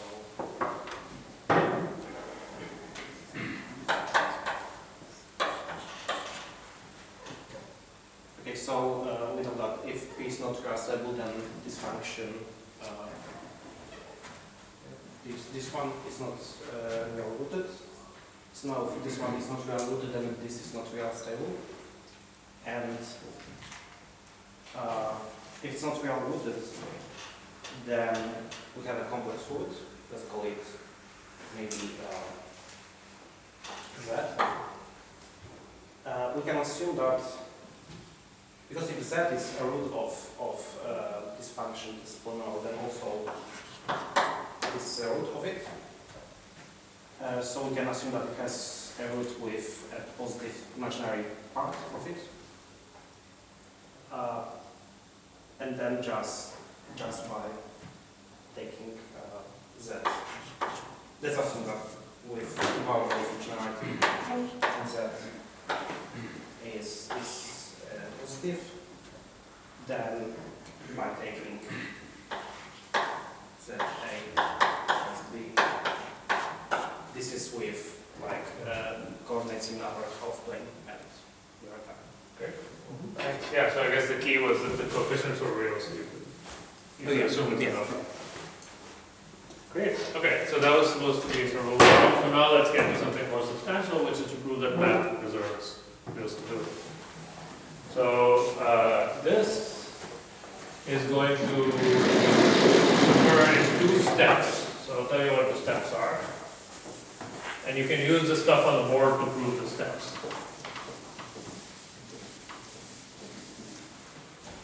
So recall that map is the thing which, on any monomial, it's 0 if any of the powers is bigger than 2. Otherwise, it just returns a null.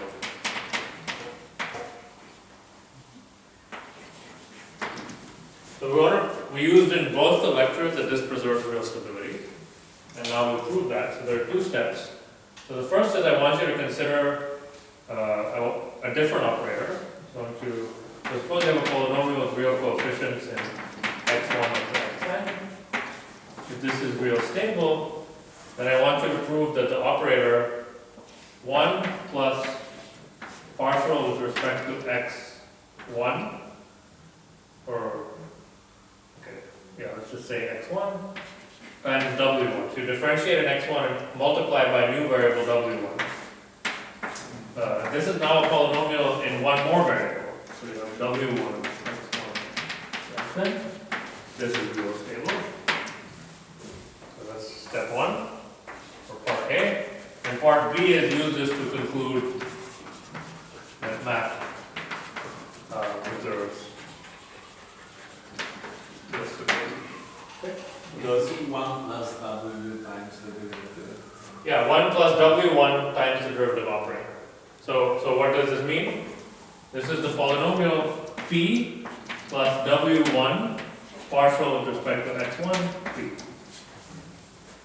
So that's an operator that takes a polynomial of n variables and turns it into a polynomial of n plus 1 variables.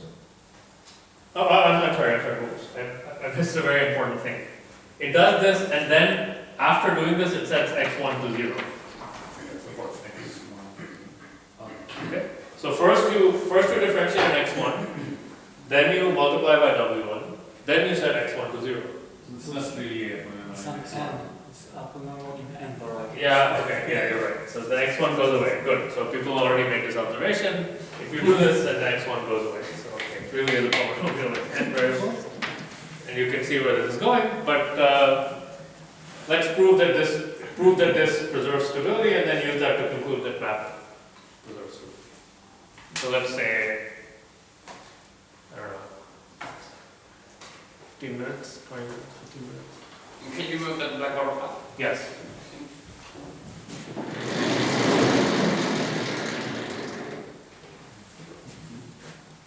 So again, the operator is differentiate, multiply, and then add to the original one, and then set x1 equal to 0.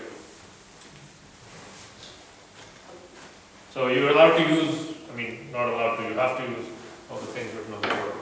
Maybe not all of them, some. Okay, I mean, maybe another, so let's see, yeah, you have to use, that's right, you have to use all these things. And, well, okay, let's just, what else did we prove? We also have the Gauss-Lucas theorem, which we also have to use. Do people remember what the Gauss-Lucas theorem is?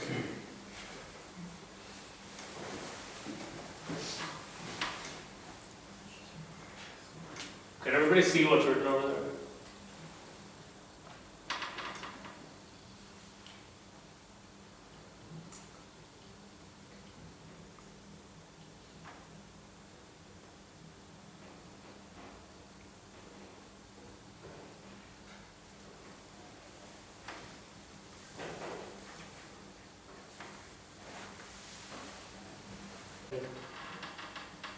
Did anybody already figure it out? The implication from A to B is, I guess, kind of easy. Yeah, implication from A to B is easy. Yes. So it literally just takes a multi-element part of this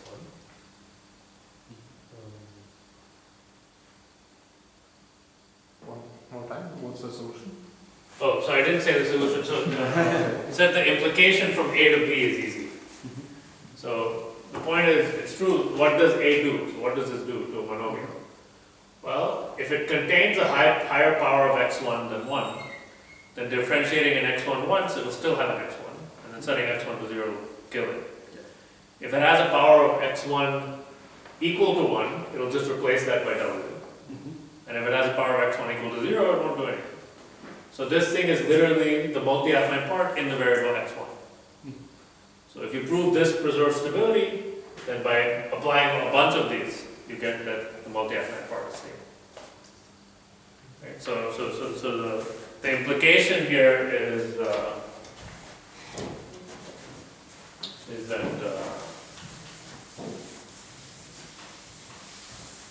multi-affine part is literally a product of all these operators.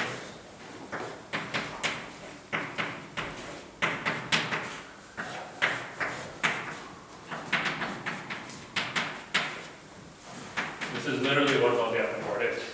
So if each one of them proves stability, the whole thing proves stability. So yeah, the real thing is how do you prove A? So did anybody prove A? Okay, so maybe the hint for part A is, so A is some operator followed by restriction, right? So we know restriction preserves stability. So let's forget about the restriction.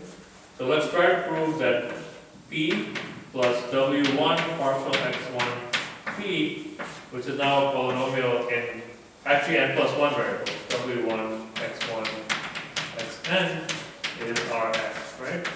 So A follows from this statement, from this statement.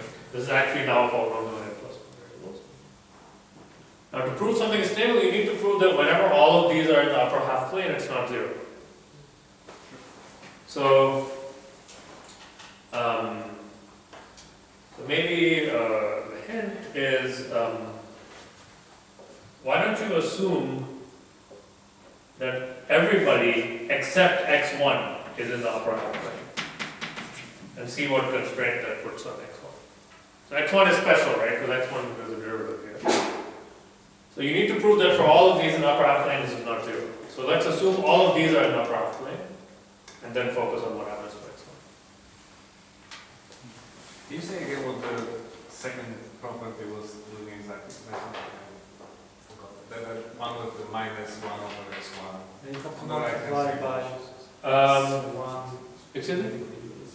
I mean the second property on the right black. Yeah. You have to multiply P by. Oh, I'm sorry, yeah. property Yeah. by- This is a mistake. There's an x1 with the Oh, okay. sorry. Sorry, that's not going on. So I claim that if you follow this strategy, you can prove that this is real stable using what's on the board.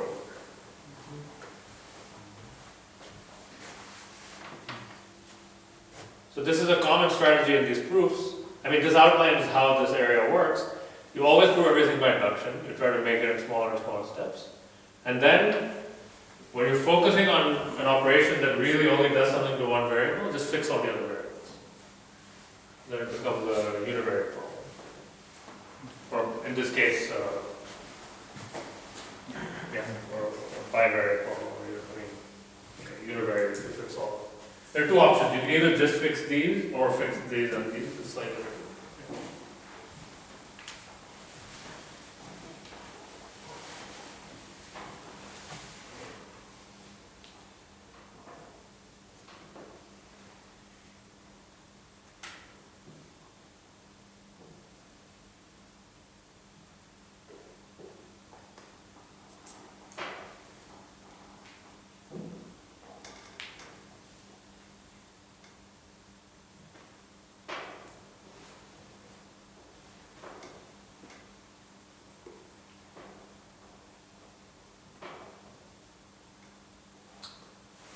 Okay, maybe the easiest proof is fix all but these two. That's actually a little bit easier. One less negation.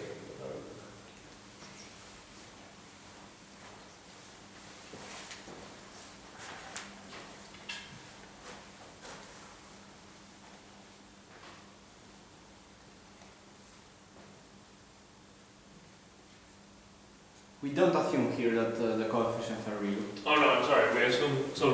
RS means the coefficients are real. So Okay. yeah, everything is real. Okay.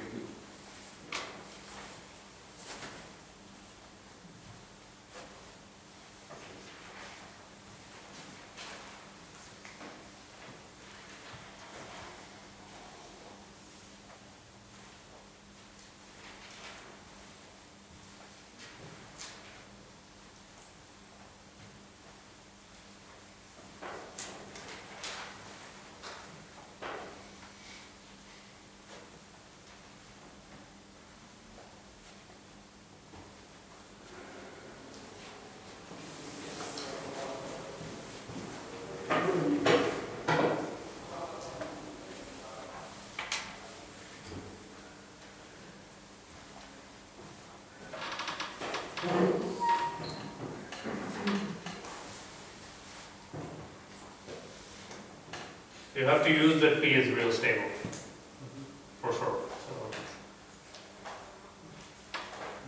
think about what that means for P and its derivative. Or maybe think about the proof of the Gauss-Lucas theorem. Can you repeat the hint that you have given? The hint is, so I need to prove this is real stable, which means I need to prove that all of these are in the upper half plane, it's not zero. So the hint is, first fix everybody but these two variables. Fix them to be in the upper half plane. Now you have a bivariate polynomial. You need to prove that when both of these are in the upper half plane, it's not zero. So do it that way. So once you fix these, I mean, okay, maybe the other hint is, maybe you need to separate these out, right? So this is really P plus W1 partial X1 P, and in each of these now, so you know, if this is, okay, maybe I'll get more of a hint. If this is zero, well, rearranging that, what does this mean? It means, so if you move this to that side, it means partial x1p divided by p is equal to minus 1 over w1. Maybe that's it. Right? Assuming p is not 0, which you'll have to argue, this is equivalent to this. And this is kind of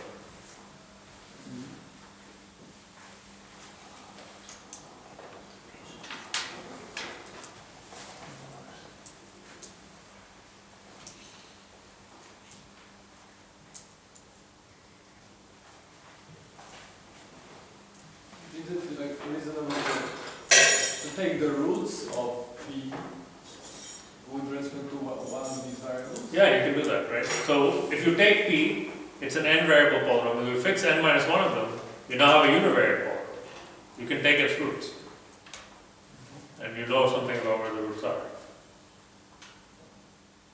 And on the left hand side, right? You know the left hand side, yeah, so that's kind of useful, right? Because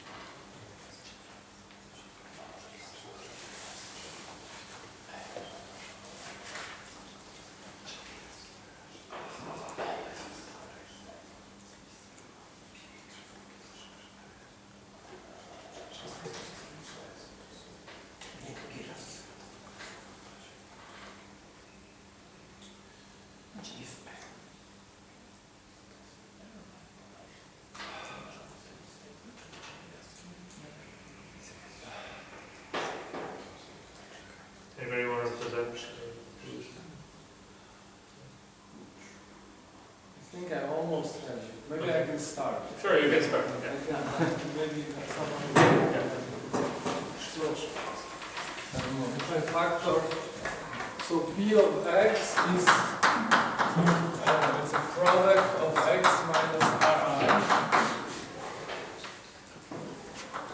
So yeah, and maybe you can use Is P now a what are we supporting from polynomials? Meaning what's the number of, this looks like a unipair polynomial.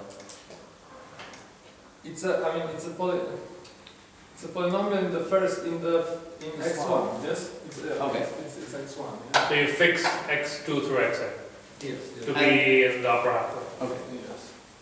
Sure. So, okay.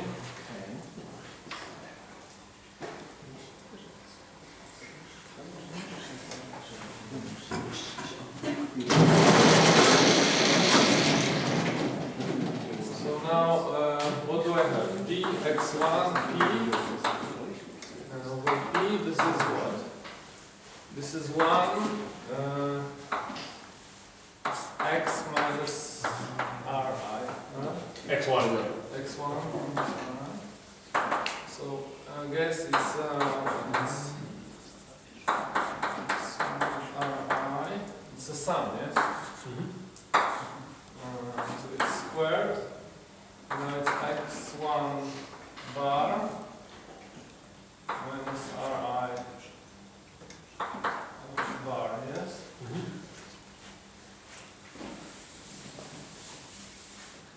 So, but this is equal to minus W1 bar.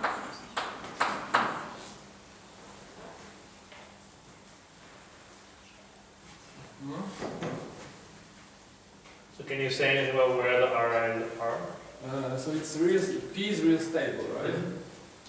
So what do I know about Ri? So this is Ri are roots. Yes. So Ri have to be in the lower half plane. The closure of the lower This is half the- plane, yeah. This is the thing, yes. So in the, yes. So Ri,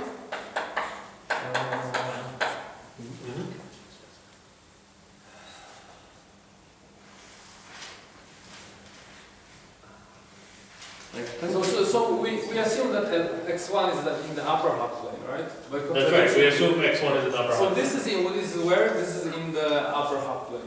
Yes? Yes.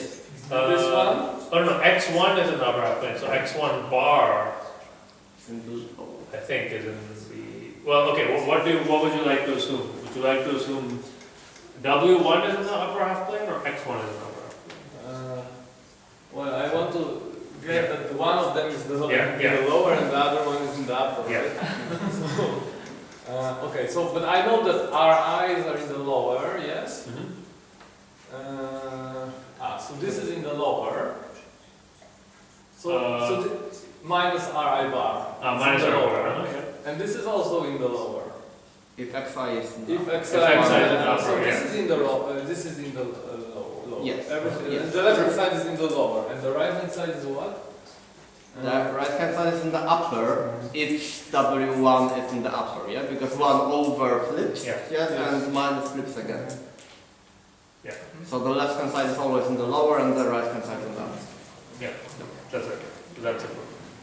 So just to recap, if you rearrange the equation like this, then this, as in the proof of Gauss-Lucas, is the sum of these, simple rational functions, where Ri are the roots. So maybe, if you fix x2 through xn in the strict upper half plane, these are the roots of that restriction. They must all be in the closure of the lower half plane, because if they're in the upper half plane, P would not be stable.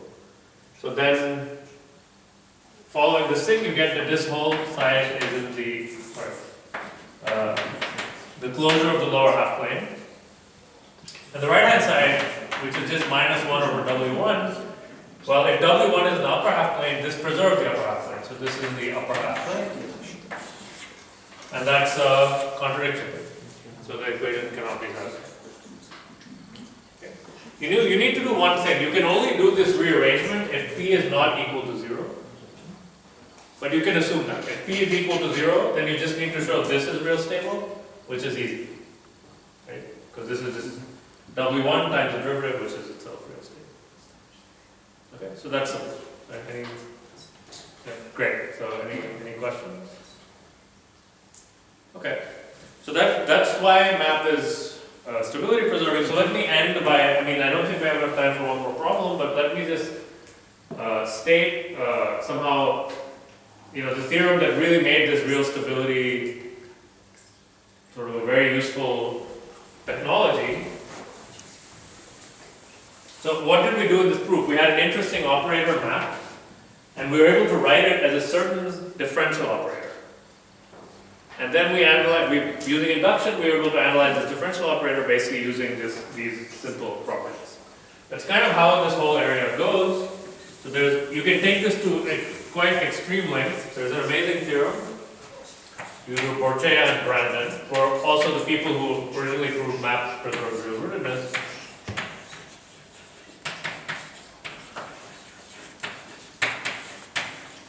And here's what the theorem says. So let T be any linear transformation on polynomials in variables x1 to xn.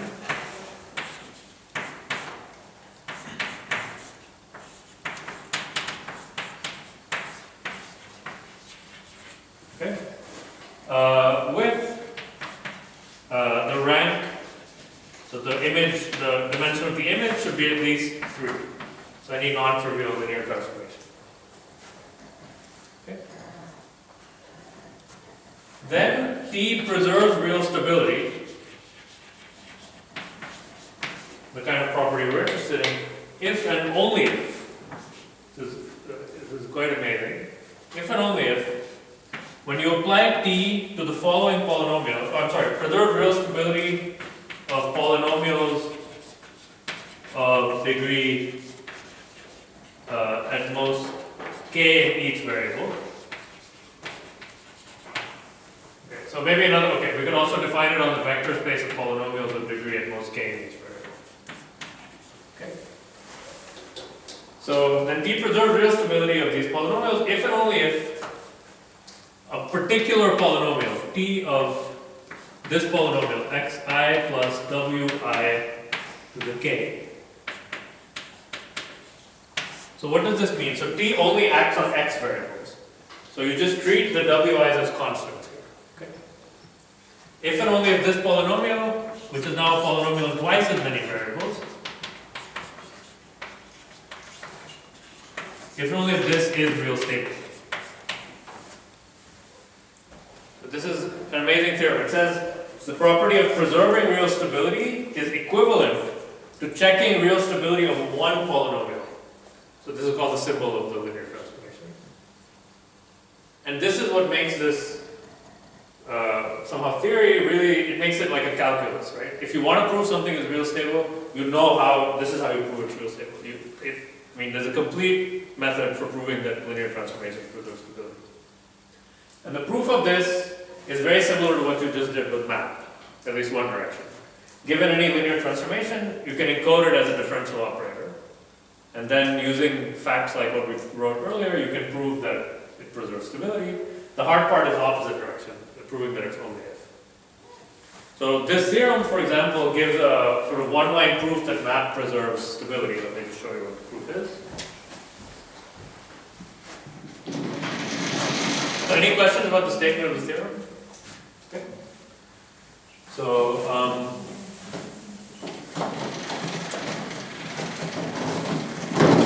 this is a theorem for linear transformations defined on bounded degree polynomials. So what's one specific example? Consider a map. Right? So let's say I want to check whether map preserves stability of polynomials of degree equals k. Well, what does map do to the polynomial, this polynomial?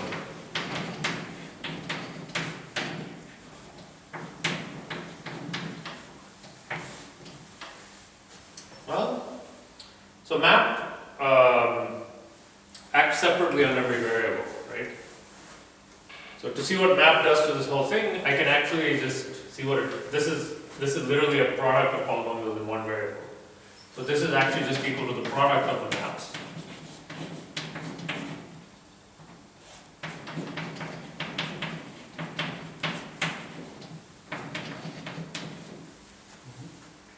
And now my map, remember, this is only acting on the x variables.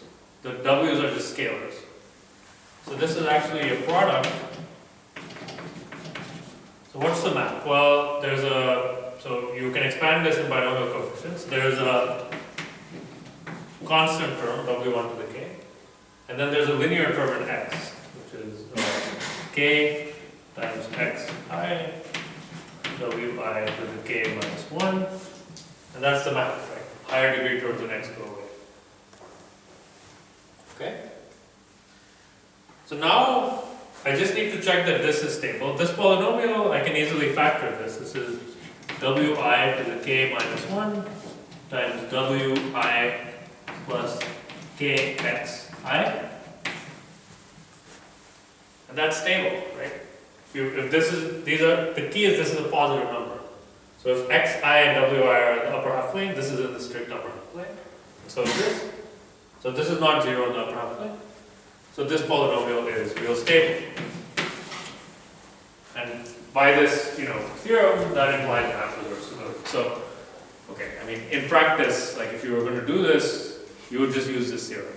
And that's kind of how it goes with this theorem. Okay. Yeah, I don't